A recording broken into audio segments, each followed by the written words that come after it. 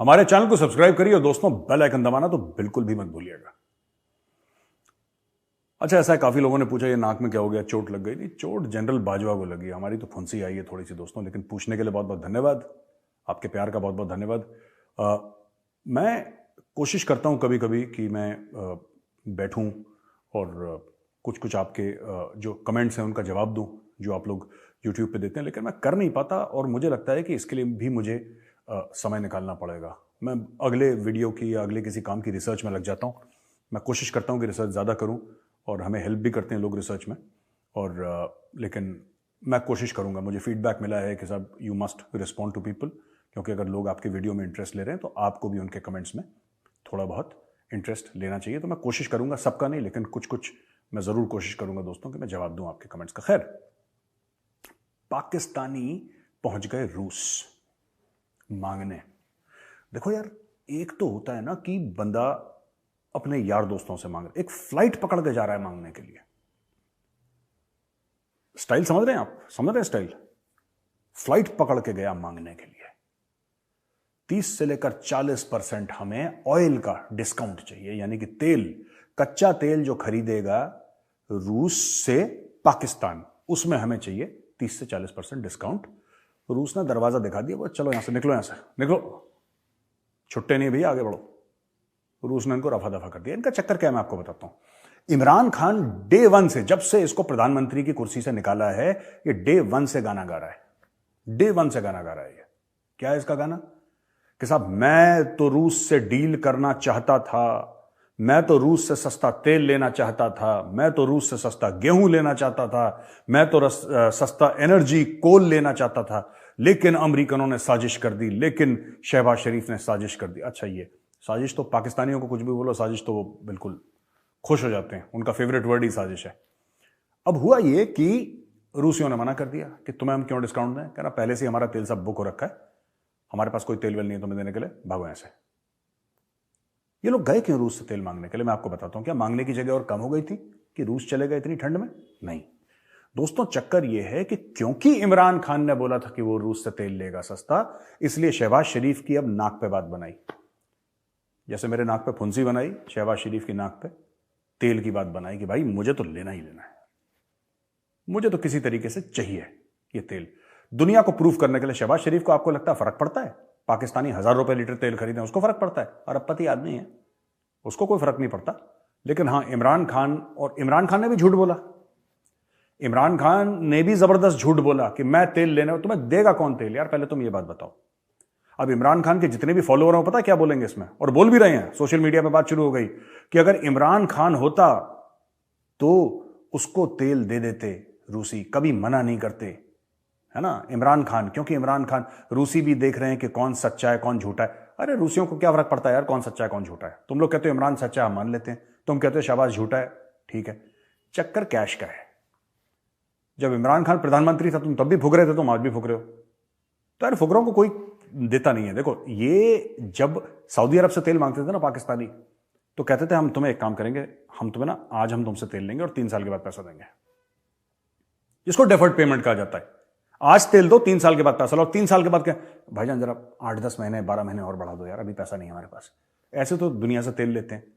और ये कहना, ये हिमाकत देखिए, हिम्मत देखिए इनकी इतनी बड़ी कि हमें वही कंडीशंस पे तेल दो जिस पे भारत को मिलता है। यार ये कौन सा ड्रामा है। भारत का ट्रेड रूस के साथ चल रहा है 75 साल से। आप लोगों ने तो रूस की पीठ पे खंजर उतारा था 79 और 89 के बीच में, 1979 1989 के बीच में CIA से पाकिस्तान ने पैसे लेके रूस की पीठ में खंजर चलाता था अफगानिस्तान में। चलो वो पुरानी बात है, भूल जाते हैं। जैसे पाकिस्तानी ना जेब काटेंगे और जब उनको थाने ले जाओ तो बोलेंगे अरे साहब वो तो पुरानी बात है, 2 घंटे पहले जेब काटी थी, अभी थोड़ा ना काटी है। तो ये स्टोरी है दोस्तों। उनको तेल नहीं मिला, उसने बोला बाद में फिर आप डिप्लोमेटिक चैनल्स के थ्रू आप आना, फिर हम देख लेंगे। इनको चाहिए उसी रेट पे जिस पे भारत को मिलता है। अरे भारत कैश देता है यार, रूपी रूबल की ट्रेड है, हमारे और रूस के बीच में रूपी रूबल की ट्रेड है। हर चीज में भारत के साथ कंपैरिजन। हम एक साथ आजाद हुए थे, ये स्टोरी सुनाते हैं, आजाद तो हम हुए थे, तुम्हारा तो मुल्क बना था, लेकिन हर चीज में भारत के साथ कंपैरिजन। हर चीज में हम कहां खड़े हैं, तुम कहां खड़े, यही करते रहते हैं पूरा। जब भी आप इनका यूट्यूब देखो तो हर समय एक ही गाना गाते हैं कि भारत क्यों आगे निकल गया। भारत सिर्फ इसलिए आगे नहीं निकला क्योंकि भारत बहुत बड़ा मार्केट है, भारत इसलिए क्योंकि हम लोग ईमानदार भी हैं। हमारे नेता, हमारे लीडर्स तुम्हारे लीडर्स से बहुत अच्छे हैं, खैर हमें कंपेयर भी नहीं करना चाहिए। तो बहुत फर्क है, इखलाक में फर्क है, इल्म में फर्क है, ठीक है, नियत में फर्क है। सिर्फ नहीं कि भारत बहुत बड़ा मार्केट है, मार्केट तो है ही बड़ा, लेकिन मार्केट बड़ा कैसे बना? पाकिस्तानी जब मार्केट बोलते हैं ना तो उसमें 4-5 ई लगा के बोलते हैं, ध्यान रखिएगा। जैसा रा में वो 5 ए लगा देते हैं ना, वैसा मार्केट में 4-5 ई लगा के बोलते हैं। खैर एक तो ये है। दूसरी चीज है कि 2022 खत्म होने से पहले इंडिया में जो रेमिटेंसेज आ रहे हैं वो 100 अरब डॉलर के हो जाएंगे। यानी कि इस साल 2022 में जो एनआरआईज थे या पीपल ऑफ इंडियन ओरिजिन थे जो उन्होंने भारत पैसा भेजा, वो 100 अरब डॉलर भेजा है। वहां पे बात अलग हो गई, वहां पे बात अलग हो गई पाकिस्तान में, क्योंकि पाकिस्तानी हर चीज में कंपेयर करते हैं। मैं आपको बताता हूं इसमें इशू क्या है। फिर इसको इमरान खान के चक्कर में कि भाई जो रोशनी डिजिटल अकाउंट खोला था, अब इमरान चला गया, दूसरी हुकूमत चोर है, इसलिए बात चोर वोर की है ही नहीं। ये पाकिस्तानी क्या होता है कि डेली एक दूसरे से झूठ बोलते हैं। ये लोग डेली एक दूसरे से झूठ बोलते हैं कि इमरान खान बहुत बड़ा फन्ने खां था और ये चोर है, डकैत है, शहबाज, इसलिए पाकिस्तानी नहीं भेज रहे। अरे भाई, जिसका बाप है, जिसकी मां है, जिसका खानदान है, उसको तो पैसा भेजेगा ही भेजेगा, उसको तो पैसा भेजेगा ही भेजेगा वो। अगर मेरा कोई बुजुर्ग रिश्तेदार है या मेरे पेरेंट्स हैं, कोई पाकिस्तान में रह रहा है और मैं लंदन में रह रहा हूं क्योंकि शहबाज शरीफ प्राइम मिनिस्टर बन गया है, तो क्या मैं अपने रिश्तेदारों से, अपने माँ बाप से मुंह मोड़ लूंगा? क्या बकवास कर रहे हो? चक्कर मैं आपको बताता हूं क्या है। बात यह है कि अमेरिका में इंटरेस्ट रेट जो 1.5 या 2% हुआ करते थे वो बढ़ गए, डबल हो गए, 2.5 गुना हो गए। तो जो पाकिस्तानी क्यों भेज रहे थे? इसलिए नहीं कि अपने मुल्क से बड़ी मोहब्बत करते हैं और इमरान खान बड़ा हैंडसम है, ना ना ना ना, वो इसलिए भेज रहे थे क्योंकि पाकिस्तान ने बोला कि अगर तुम डॉलर भेजोगे हम तुम्हें इसमें 7% ब्याज देंगे। बहरहाल इस्लाम की नजर में ब्याज जो है वो हराम है, लेकिन पाकिस्तान ब्याज लेता भी और ब्याज देता भी है। ठीक है, ये पता नहीं कैसा इस्लामी मुल्क है, लेकिन इस्लाम में हराम बोला गया है ब्याज को। और जो ब्याज लेता और देता है उसकी एक ही जगह है, दोजख, जहां पे उसको हंटर पड़ेंगे, जहन्नम में। ठीक है, एनीवे, अब क्या हुआ कि ये लोग भेज रहे थे 7% की लालच में, पाकिस्तानियों ने यहां पे पैसा डाल दिया। अमेरिका ने 4.5-5% कर दिया अपना ब्याज, जो पहले नीचे था 1.5-2%। तो उन्होंने बोला यार एक बात बताओ, चलो 1-2% हमें कम ब्याज मिले, लेकिन अमेरिका में कम से कम हमारे पैसे सेफ तो हैं, पाकिस्तान में पैसे डालेगा कौन यार? आज डूबा, कल डूबा, डिफॉल्ट की कगार पे खड़ा हुआ है, लुट गए, पिट गए, बर्बाद हो गए। यही तो स्टोरी हर समय पाकिस्तान से डेली के डेली। और इनके बड़े बड़े लीडर बोलते हैं, ऐसा नहीं कि कोई सड़क चलता आदमी मुझ जैसा जो आम आदमी है, कॉमन मैन है मुझ जैसा, ऐसा कोई बंदा नहीं बोलता। सारे इनके बड़े बड़े लीडर जो हैं, जो सबसे बड़ी पॉलिटिकल पार्टी के, वो जी लुट गए, जी बर्बाद हो गए, जेब कट गई, खाने को नहीं है, जहर खाने को पैसे नहीं है। इनके प्राइम मिनिस्टर ऐसी बातें करते हैं।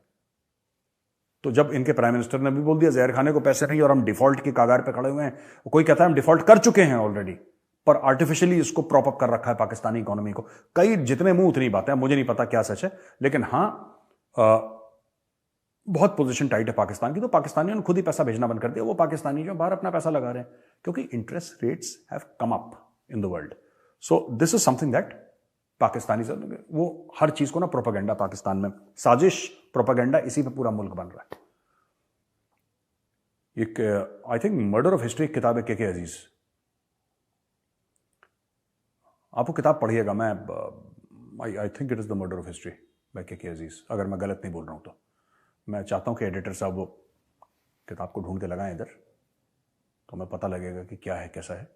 आप इसके बारे में पढ़िएगा, तब आपको पता लगेगा किस तरीके से पाकिस्तानियों ने लगातार अपने लोगों को झूठ बोला, झूठ बोला, झूठ बोल बोल के हर चीज में। अभी क्या झूठ बोल रहे हैं कि बाहर के विदेशी पाकिस्तानी इसलिए पैसा नहीं भेज रहे क्योंकि इमरान खान अब नहीं है, उस पर भरोसा था, इस पर भरोसा तोड़ना है। फिर झूठ, सब झूठ। इनका पूरा मुल्क झूठ पे मबनी है कि हिंदू और मुसलमान एक साथ नहीं रह सकते, 2 नेशन थ्योरी। इसलिए हर कदम पे झूठ बोलते हैं। जिसकी पैदाइश झूठ पे हो वो तो झूठ बोलेगा ही बोलेगा। ठीक है, इनको कायदे आजम ने, मोहम्मद अली जिन्ना जो इनका है, उसने झूठ बोला 2 नेशन थ्योरी के हवाले से। फिर अल्लामा इकबाल ने इनको झूठ बोला। ठीक है, एक ही सफ में खड़े हो गए दोनों महमूद अयाज, ना कोई बंदा रहा ना कोई बंदा ना। ये झूठ, सब फ्रॉड, सब फ्रॉड। और उस फ्रॉड को विश्वास करके ये लोग आगे बढ़ते चले गए कि साहब यही सच है, इसीलिए गर्क में पड़े हैं। इसीलिए गड्ढे में पड़े हैं पाकिस्तानी, क्योंकि एक दूसरे से झूठ बोलते हैं, सच बोलते ही नहीं कभी। एनीवे दोस्तों, इनको बाद में कोसेंगे, नेक्स्ट पॉइंट पे चलते हैं। अच्छा, आजम स्वाति जो था ना, जिसने वो, मैंने ट्वीट भी करा था इसका, और जिसने अपने आर्मी चीफ को बड़ी गाली शाली दे दी थी, आउटगोइंग आर्मी चीफ को, जनरल बाजवा को।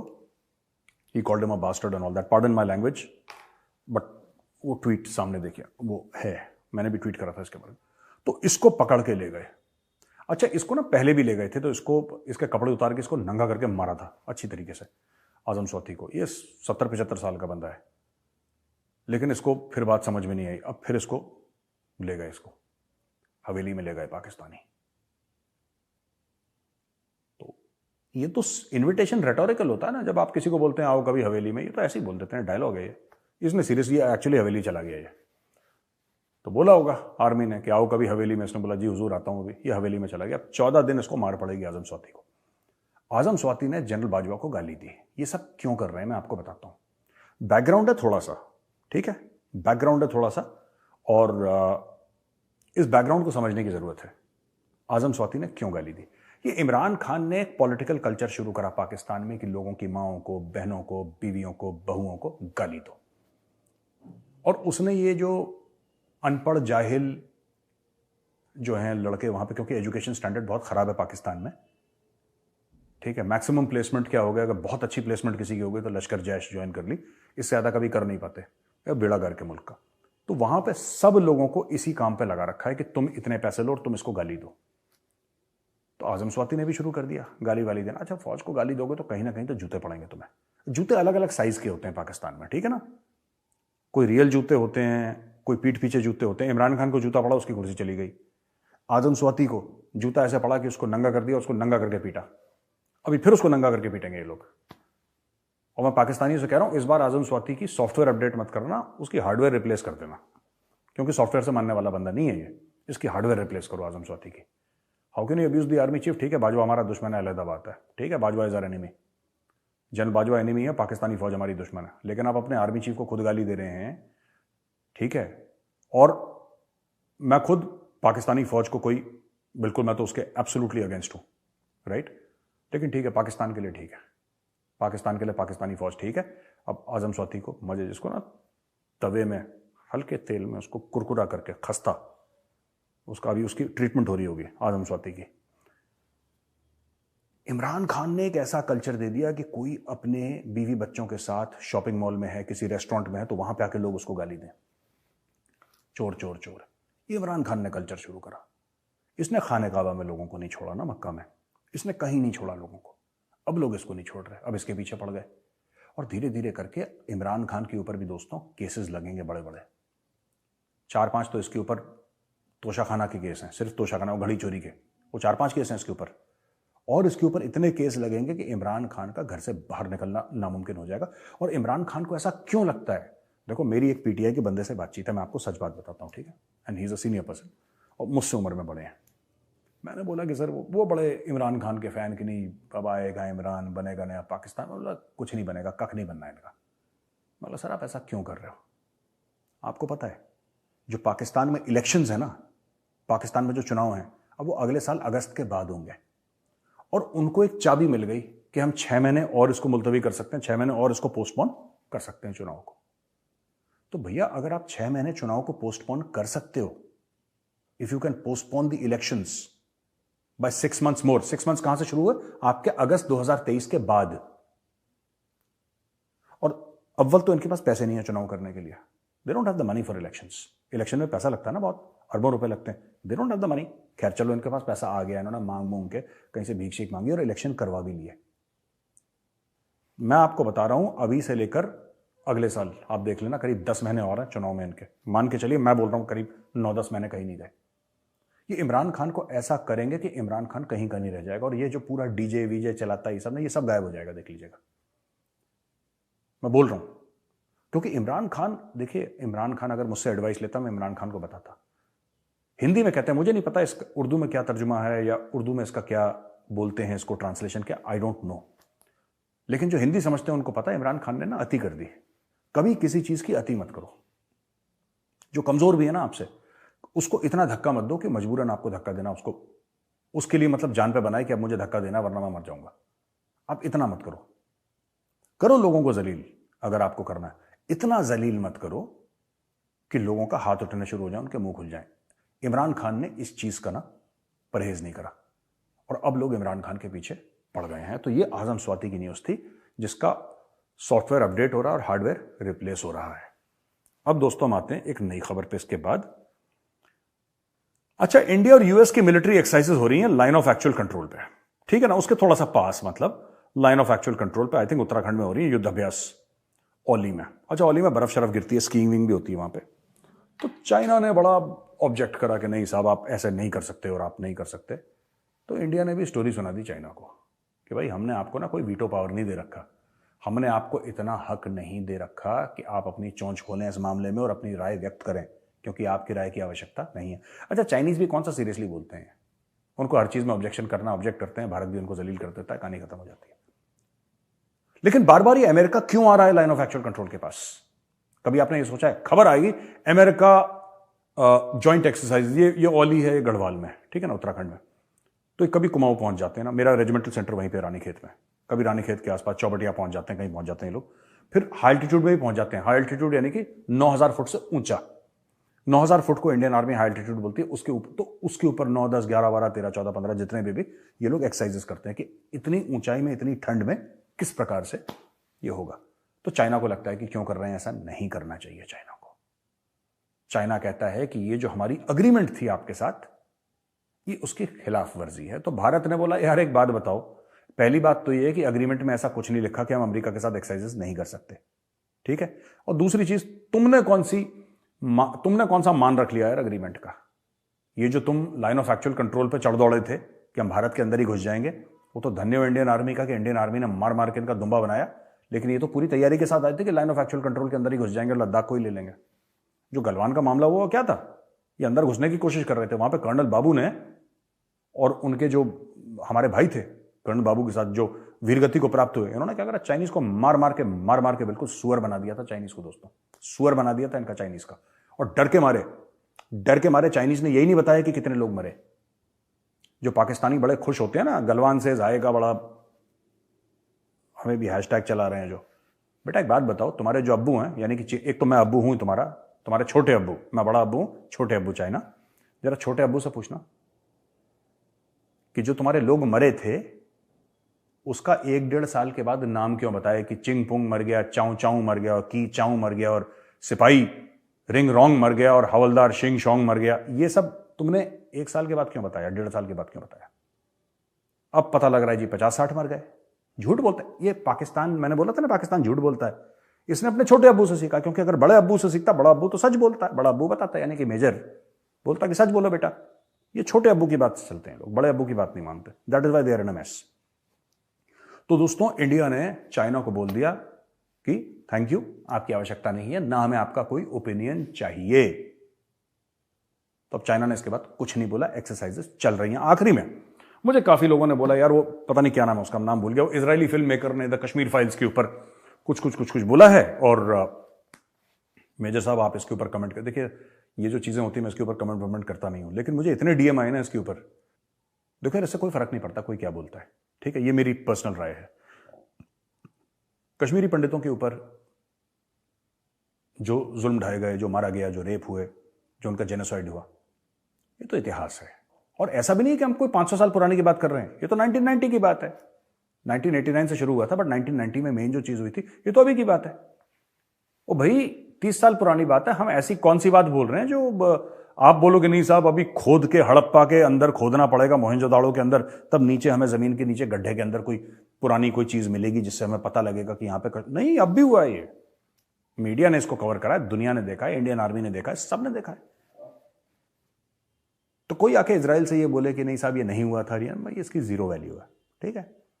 जो हमारे पंडित भाइयों बहनों ने फेस करा है वो दुनिया जानती है, हम जानते हैं, और हमें किसी के बाप के सर्टिफिकेट की जरूरत नहीं, पहली चीज। दूसरी चीज, इजरायलियों ने, मेरे काफी इजराइल के दोस्त हैं 2-3, उन्होंने मुझे मैसेज भी भेजा और बोला कि मेजर साहब we are very this thing, major we are very sorry for it. आप लोग देखिए, आप लोग माफी मत मांगिए, ठीक है। मैं इजरायली भाइयों बहनों से कहूंगा, you need not apologize, you have been India's greatest friends. अगर भारत का कोई सचमुच दोस्त रहा है तो इसराइल रहा है और रूस रहा है। तो I don't think the Israelis should say sorry. I know you're saying sorry because of good faith and because, your parents gave you good manners and you've been brought up well, which is why you're saying sorry, which is the right thing to do. But I just want to tell my Israeli friends, and I'm saying this in English because I just want to tell my Israeli friends that you did not say sorry. You have stood by India when nobody stood by India. Right? You supported us when nobody supported us. You even supported us when we did not even recognize you. Because we thought that if we recognize the state of Israel, people would be upset with us. Even then, you supported us unequivocally. So I just want to say thank you to all my Israeli friends. And don't worry if you have one bad apple. If you keep on counting the number of people in India who have the same opinion as that film director, it is more than the entire population of Israel.